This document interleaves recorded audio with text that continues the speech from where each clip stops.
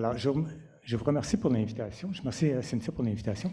Et je suis très content d'être ici, en fait, d'abord, de faire la présentation avec ma doctorante Marzeya, également mon ancienne doctorante qui est sur le panel, Patricia. C'était très intéressant par ailleurs.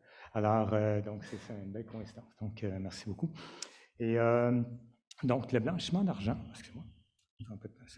Alors, donc, le blanchiment d'argent à l'ère du numérique, quelques nouveaux défis pour le régulateur. Pardon. OK. Alors, vous connaissez évidemment cette image de Bitcoin qui est associée en fait au risque. Quand je pense au Bitcoin, je pense au moins deux choses, là. Je pense que c'est quelque chose d'un instrument, un actif, peu importe comment on l'appelle, qui est risqué. Également, on pense toujours que c'est de la monnaie. Je suis content ou pas content, peu importe si vous en pensez que c'est de la monnaie, mais de mon point de vue, ce n'est pas de la monnaie. Ça le sera peut-être plus tard, peut-être que ça deviendra un instrument de monnaie qui sera reconnu tant au niveau économique qu'au niveau légal. Pour l'instant, ce n'est pas le cas, mais c'est utilisé quand même sporadiquement. Vous allez peut-être me dire de plus en plus, mais on verra tout à l'heure ce qu'il y en est. Je vais aller vers d'autres détails de ce côté-là. Mais si on pense à Bitcoin, on pense donc cette monnaie, entre guillemets, qui n'est pas monnaie, qui date de 2008, mais avant le Bitcoin, en fait, il y avait d'autres choses qui étaient similaires. Et un dénommé David Chum, c'est lui qui a créé un peu comme l'ancêtre du Bitcoin, si vous voulez, le DigiCash, dans les années 80, en 83. Et lui, ce qu'il disait, M. Chum, c'est un spécialiste dans l'informatique. Il a fait son doctorat en informatique dans les années 80, début 80. Ce qu'il disait, c'est que le fait d'utiliser ce nouveau système de paiement électronique pourrait amener des problèmes tant au niveau de la protection des renseignements personnels qu'au niveau de l'utilisation des paiements à des fins criminelles. Et ça fait effectivement ça fait un bon 40 ans en fait de cela. Et plus récemment, le professeur Michael Frumkin est allé un peu dans le même sens, mais un peu plus loin, il disait que ces produits-là peuvent faciliter les transactions illicites et en plus de ça, peuvent faciliter le blanchiment d'argent. Là, on remonte à 96, ça fait quand même presque 30 ans. Là. Alors, les problèmes qu'il y avait avant Bitcoin avec ces monnaies virtuelles ou ces tentatives à l'époque, ou ces prototypes, appelons-les comme on veut, de monnaie virtuelle, étaient quand même extrêmement divisionnaires et c'est des problèmes que l'on retrouve, ce sont des problèmes que l'on retrouve encore aujourd'hui. Le plan de match pour la prochaine discussion. Alors, nous allons regarder assez rapidement, en fait, l'évolution et surtout les mécanismes de paiement. Et par la suite, quelques mots sur l'impact du crime économique et on va s'attarder un peu plus au niveau de l'encadrement canadien du blanchiment d'argent. Au Canada, nous disposons de plusieurs systèmes de paiement, notamment le paiement par carte, le virement bancaire ainsi que la monnaie virtuelle. Pour commencer, examinons les différentes cartes bancaires telles que les cartes prépayées, les cartes de débit et les cartes de crédit. Ces cartes offrent la possibilité d'effectuer le paiement sans contact, une méthode qui a augmenté significativement pendant le COVID-19. De plus, il est possible d'intégrer votre carte bancaire directement sur votre cellulaire, votre téléphone mobile, ce qu'on appelle le paiement mobile. Ensuite, nous examinons le virement bancaire qui présente différents aspects, tels que le paiement préautorisé, le paiement qui est fréquemment utilisé pour le paiement de factures régulières, le transfert électronique de fonds sont soit en grande valeur ou soit au détail. Le transfert par carte de débit ou Interac sont une sorte de transfert virement bancaire au détail. Les transferts électroniques de fonds en grande valeur sont plus que 50 000 $, qui sont souvent utilisés dans la transaction commerciale importante. Le paiement mobile, y compris les méthodes biométriques, est de plus en plus intégré à ce système de paiement, offrant ainsi une plus grande facilité et une sécurité renforcée. Merci, Marseille. Et pour poursuivre toujours sur le même graphique, ajoutons toujours au niveau des virements bancaires, les fintech. Évidemment, il y a plusieurs types de paiements par fintech, mais le plus connu que tout le monde connaît finalement, c'est le PayPal. Mais je veux surtout aller vers la monnaie virtuelle j'appelle monnaie, mais on s'entend que ce n'est pas nécessairement de la monnaie, mais j'ai mis le terme monnaie, c'est le terme qui est reconnu par la loi sur le recyclage. Donc, la crypto-monnaie, donc, étant le Bitcoin, la monnaie stable ou la stablecoin, qui est une forme de crypto-monnaie qui est adossée à une monnaie réelle, par exemple le dollar américain ou un panier de devises, par exemple. Et également, qu'on appelle en anglais le CBDC, la monnaie numérique émise par l'État. Ça, c'est en développement. Je vais revenir là-dessus sur cet aspect-là tout à l'heure. Et le fait de mentionner les trois, c'est que le Bitcoin présente beaucoup de risques. Mais lorsqu'on va vers la stablecoin, elle présente quand même certains risques. Il y a un rapport de la Banque des règlements internationaux qui est sorti, si je ne me trompe pas, c'est hier. J'en ai eu en fait connaissance ce matin. Et puis, dans ce rapport-là, on étudie d'ailleurs le stablecoin et on mentionne que oui, c'est prometteur, mais c'est quand même encore risqué. Là. Donc, cet aspect-là. Mais par contre, la monnaie digitale émise par l'État pourrait être un petit peu plus prometteur. On verra ça tout à l'heure. Donc, l'impact sur la criminalité économique. Allons-y. Les techniques de fraude doivent amener les intervenants, c'est-à-dire les régulateurs financiers, les banques et les entreprises, à se préoccuper de la prévention de la fraude. Le système de paiement électronique, bien qu'il apporte de nombreux avantages, mais facilite également le crime économique en raison de l'absence de risque zéro dans le domaine informatique. Les conséquences négatives est tout de suite, comme l'anonymat des transactions, la rapidité des virements, l'usurpation d'identité et le vol de données à travers techniques telles que l'hameçonnage et le fraude de président, etc. Lorsque le crime économique se produit, une question essentielle se pose. Que font les criminels de l'argent obtenu illégalement? La réponse réside souvent dans le blanchiment d'argent. Donc, on peut voir quelques tentatives de prévention de la fraude. J'ai fait une tentative de séparation en deux aspects, l'aspect technique et l'aspect juridique. L'aspect technique, on le voit immédiatement, c'est pas essentiellement très, très technique. Là. Il y a un volet technique dans cette discussion-là, il y a un volet également juridique. D'abord, les obligations des banques, évidemment, et de leurs clients, on en a parlé tout à l'heure. C'était bien expliqué de la part de Mme Archambault. Mais juste revenir là-dessus, sur le point, c'est que, oui, il y a des protocoles à suivre, donc vous avez bien posé le problème. Les institutions financières doivent suivre un protocole pour identifier le client, lutter contre la fraude et tout ça. Et on voit que parfois, il peut y avoir des failles, et malgré des banques ou des institutions financières qui peuvent être importantes, il y a quand même parfois, on échappe à on échappe parfois le ballon, si je peux dire. Et sans aller dans les détails, 4 décisions intéressantes que je voudrais juste soulever avec vous. La première, Mbouchou contre Banque de Montréal, c'est un cas où les fraudeurs étaient situés en Afrique. M. Mbouchou était africain, mais il avait également la citoyenneté canadienne. Et puis, eux autres, ils avaient volé l'identité du client, comme on disait, l'usurpation d'identité. Mais la banque a comme pas vraiment suivi tout à fait les procédures et a mal identifié le client. Et le client, à 2 reprises, c'est arrivé, la première reprise, le client était à Montréal, à l'aéroport de Montréal, mais la deuxième fois, le client était dans la succursale de la banque elle-même. On ne l'a même pas identifié, alors que lui, il faisait des retraits au guichet automatique. Donc, c'est vraiment un cas, le juge était vraiment assez sévère, le terme est ferme concernant la banque dans ce cas-là. Dans l'affaire Bédard, non, c'est un cas assez connu.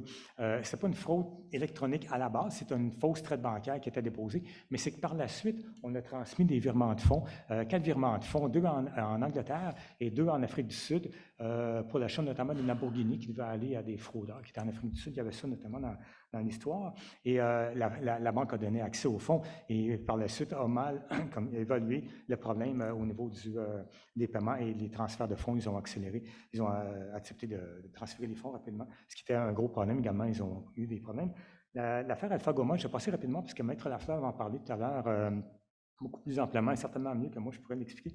Mais en 2 mots, si je permettais l'expression, c'est un chapelet d'erreurs de la part de la banque. Là. Il y avait plusieurs drapeaux rouges. La banque n'a pas respecté notamment 3 éléments au niveau de la limite des fonds, tout ça. Je ne vais pas plus loin, je garde le punch pour tout à l'heure. Mais c'est un cas, encore une fois, où la banque a échappé le ballon. Mais par contre, dans l'affaire Coop Fédérée, c'est un cas où la banque a vraiment suivi le protocole qu'elle devait suivre et tout s'est bien passé. Là, il y a eu en cours d'appel, c'était le recours entre l'assurance et la compagnie contre son assureur. Mais ce qui ressort clairement dans la jurisprudence, ce sont 4 causes, mais il y a quelques autres également, je n'ai pas tout mis, mais il y a quelques autres causes. Et ce qui ressort clairement, essentiellement, c'est que quand la banque a su son protocole, normalement, tout se passe bien. Et ça va si bien. Vous allez, c'est facile pour vous de lire la jurisprudence pour comprendre ça, mais comme on est des juristes, évidemment, on veut savoir qu'est-ce qu'en disent les juges et quels sont les critères. Et si je peux terminer juste sur ce point-là, un des critères qui est amené par les juges, c'est que la banque, il y a un standard établi par l'industrie qui est modifié régulièrement. C'est sûr que les banques n'aiment pas toujours être les premières à vouloir relever le standard parce que c'est de l'investissement, ça coûte cher. Des fois, on attend que l'autre le fasse. À un moment donné, il faut relever le standard de sécurité. Les standards qu'on a aujourd'hui, la biométrie, ces éléments-là, n'étaient pas là il y a 20-25 ans, ou ne serait-ce qu'à l'époque d'un bout de chou, on en avait parlé, puis on a mis de côté le standard biométrique. Mais aujourd'hui, c'est plus requis et on pourrait même ajouter à ça l'intelligence artificielle, bien entendu. Et pour terminer, donc, la question de la sécurité juridique, ça concerne l'encadrement, donc on va en parler dans les prochaines secondes. Le Canada est un membre actif du GAFI depuis sa fondation en 1989. Il a largement adopté les normes édictées par le GAFI dans sa législation. Ces normes sont notamment intégrées dans la loi sur le recyclage de produits, de la criminalité et le financement des activités terroristes canadiennes. Conformément à l'article 3 de cette loi, les objectifs sont principalement les suivants. Mettre en œuvre des mesures visant à détecter et décourager le recyclage d'argent sale. Faciliter les enquêtes et les poursuites liées au blanchiment d'argent. Combattre le crime organisé de manière proactive. Aider le Canada à respecter ses engagements internationaux dans la lutte contre le blanchiment d'argent et le financement du terrorisme. L'article 5 de cette loi est très important car il prévoit qui sont les intervenants, qui sont les assujettis et qui doivent faire déclaration au GAFI. Les institutions financières et les banques qui sont émetteurs de cartes et de virements bancaires ainsi que les entreprises de services monétaires ou OSM comme commerce de monnaie virtuelle sont assujettis de la loi, notamment les casinos et la loterie. Le budget de 2023 prévoit de criminaliser le OSM non enregistré. Pas du budget fédéral en passant. Oups. Il y a 3 principales obligations très importantes dans cette loi. La première obligation concerne la tenue de documents. Les assujettis sont tenus de conserver les dossiers détaillés de leurs transactions financières. Cela inclut des informations essentielles pour permettre de suivre et de vérifier les activités financières. Ensuite, nous avons l'obligation de vérification d'identité qui est l'obligation fondamentale dans la loi. Lorsqu'il s'agit de monnaie virtuelle, pour certaines transactions, telles que le dépôt de plus que $10,000, il est impératif de vérifier l'identité du client. La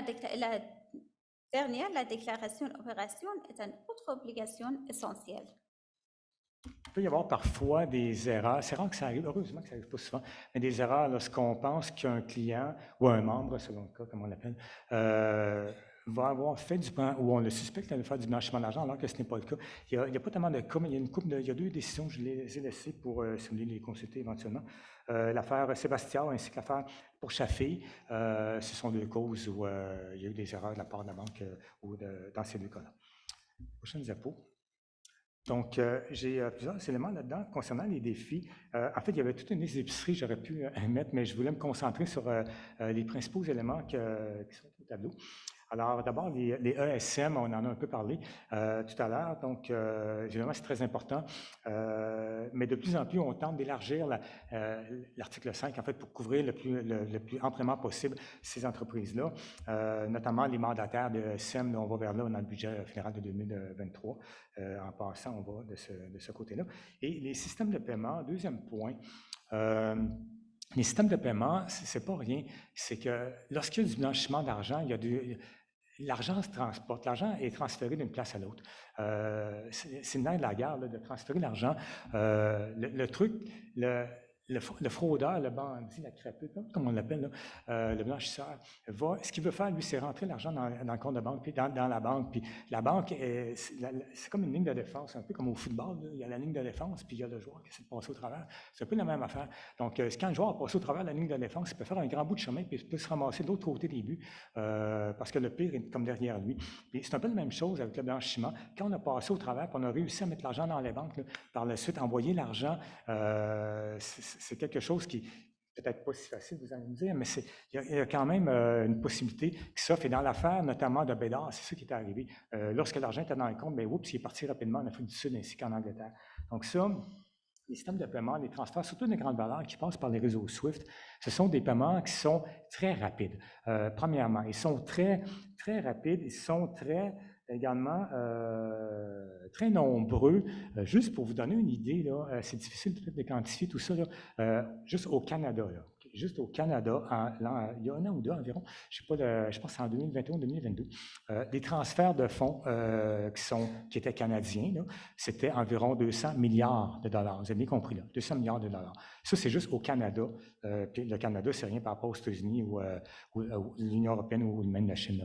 Alors, c'est énorme. Alors, imaginez, on peut, oui, il y a moyen de trouver la trace d'un virement d'un groupe criminel qui va faire un virement pour envoyer l'argent au port de Québec, on l'envoie ailleurs, à l'extérieur, dans dans un paradis fiscal. C'est quelque chose qu'on peut faire, mais c'est qu'il y en a tellement. Il y a un problème vraiment de ressources et tout ça. Alors, ça devient un problème assez important. Alors, moi, j'ai indiqué anonymat de facto. Donc, je sais que non, ce n'est pas de l'anonymat, mais c'est qu'il y en a tellement que ça devient très, très compliqué au final de suivre la piste du blanchiment. Puis au final, on se ramasse à la dernière étape, c'est-à-dire l'insertion dans l'économie réelle. Ça, c'est un problème important. Vous allez me dire, bien, il existe la blockchain, il y a des moyens pour retrouver tout ça. Oui, il y a des moyens techniques, de plus en plus. La blockchain, oui, c'en est un. Et on n'a pas trop parlé, mais l'intelligence artificielle, c'est quand même un autre moyen là, qui peut être utilisé. Et l'intelligence artificielle, donc c'est mon prochain point, c'est comme un couteau à double tranchant, en fait. Parce que d'un côté, l'intelligence artificielle peut être utilisée par des fraudeurs. Puis certainement qu'elle est utilisée par des fraudeurs. On va dire ça comme ça, on va se mettre ça au présent, là, et non pas au conditionnel. Donc, les techniques s'améliorent de ce côté-là, mais en même temps, de l'autre côté, l'intelligence artificielle peut être utilisée par le régulateur, même par le superviseur, alors d'institutions financières, donc ou par CANAF, peu importe, et certainement que ça l'est déjà actuellement. Donc ça, ce sont des éléments qui sont très intéressants. Et ça, l'intelligence artificielle, vous savez comme moi, là, moi, j'en suis vraiment pas un spécialiste, là, loin de là, mais ce que j'en comprends, c'est qu'on en est comme au tout début, là, de plus en plus, ça se développe et ça pose beaucoup de problèmes au niveau éthique et tout ça, et il y a des tentatives d'encadrement, d'ailleurs, ces temps-ci, on en discute beaucoup. Donc ça, c'est un problème important. Et peut-être le dernier point sur lequel je voulais insister, qui est d'un tout autre ordre, en fait, ça concerne l'effectivité de la loi. Juste le terme, là, effectivité de la loi pour un universitaire, on a dans la tête, on pourrait faire comme un colloque sur cette question-là, tellement il y a long à dire. C'est une question très, très large, qui est très multidisciplinaire. On parle de sociologie du droit et tout ça. Ça peut aller très loin. Je ne vais pas vous ressortir Jean Carbonnier ou Guy Rocher, ne vous inquiétez pas, là, je ne vais pas aller jusque-là. Mais ce que je veux vous dire, c'est que c'est sûr qu'il y a beaucoup d'angles morts dans la couverture du blanchiment d'argent. On parlait de l'assurance qui n'est pas couvert, mais même si ça ne pose pas beaucoup de problèmes, ne serait-ce que si je veux payer quelqu'un avec un bitcoin de personne à personne, ça peut être difficile parfois de retrouver la trace de tout ça, même s'il y a le blockchain. Alors, il y a quand même beaucoup de problèmes qui existent, mais de plus en plus, on pense que la loi est de plus en plus effective. C'est ce qui m'apparaît d'ailleurs. L'article 5 est de plus en plus élargi. Également, une loi, j'en ai pas parlé, et on n'en a pas encore parlé, mais la loi sur les activités associées au paiement de détail, c'est une loi de 2021 qui prévoit notamment que la Banque du Canada va superviser les activités des émetteurs de paiement. Et c'est en cas de problème ou d'incident, c'est le terme de la loi, il doit y avoir un rapport qui est fait à CANAFI. Donc, c'est quelque chose qui fait que la loi et les lois, en fait, plus généralement, qui encadrent le blanchiment d'argent, deviennent de plus en plus effectives. Et rapidement, en fait, parce que je vois le temps filer, là, je vais passer rapidement cette diapositive-là. Mais en 2 mots, la définition je reprends l'article 5 concernant la couverture des ESM, et on parle notamment des établissements au Canada ou ailleurs qui font le commerce de monnaie virtuelle. Donc, on définit monnaie virtuelle. En fait, contrairement au GAFI, où le GAFI, la recommandation 15, on parle d'un actif virtuel. Le GAFI, donc, lui, il vise dans sa définition d'actif virtuel, d'un côté la monnaie et de l'autre côté les actifs en tant que tels ou les placements. Au Canada, pour des raisons autres, on a choisi d'appeler l'actif virtuel une monnaie virtuelle, donc c'est défini ainsi dans la loi et dans les règlements. Vous voyez les 2 règlements sur les opérations douteuses et le règlement général sur la loi sur le recyclage prévoit que essentiellement ça va être un mode ça peut signifier un mode de paiement comme ça peut signifier ça peut être à titre de placement. Donc c'est une façon très très large. C'est sûr qu'on voit monnaie comme placement, oui, ça peut être le cas. Avec une monnaie usuelle, on peut l'utiliser de cette manière-là, mais habituellement, c'est moins le cas. Mais dans le cas de Bitcoin, c'est ce qu'on a voulu couvrir, évidemment, les crypto-monnaies, c'est pour ça qu'on l'a élargi de cette manière-là. J'arrive à la conclusion. Je suis à la... Vas-y, c'est vous. Pour conclure, il est de plus en plus clair que la technologie joue un rôle central dans la lutte contre le blanchiment d'argent. Les fraudeurs utilisent la technologie pour leurs opérations illicites. Mais il est essentiel de souligner que les législateurs et les autorités réglementaires peuvent également utiliser la technologie comme un outil majeur dans cette bataille. L'utilisation de la technologie peut aider à renforcer les mécanismes de détection de blanchiment d'argent et à rendre le système financier plus solide. Des outils tels que l'intelligence artificielle, les technologies de réglementation ou RegTech, les technologies de supervision ou SupTech et les systèmes d'identification des clients sont des alliés importants pour les législateurs et les acteurs financiers. Je vous remercie pour votre attention. Merci beaucoup.